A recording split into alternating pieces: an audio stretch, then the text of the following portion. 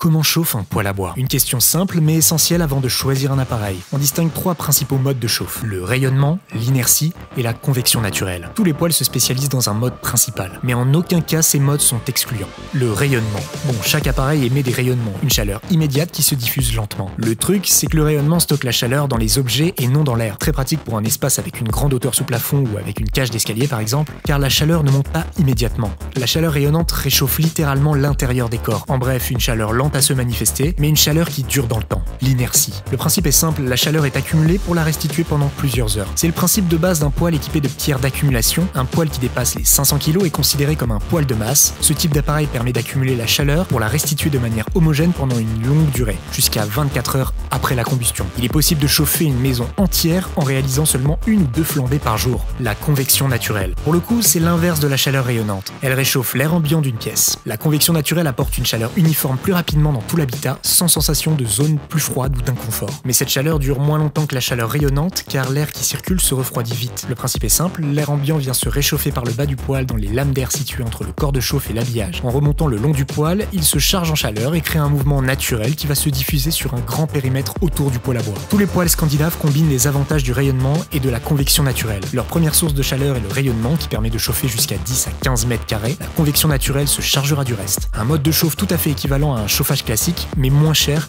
et plus agréable. 3 modes de chauffe différents, 3 modes de vie différents. Il n'y en a pas un moins bon que l'autre. À vous de trouver le vôtre.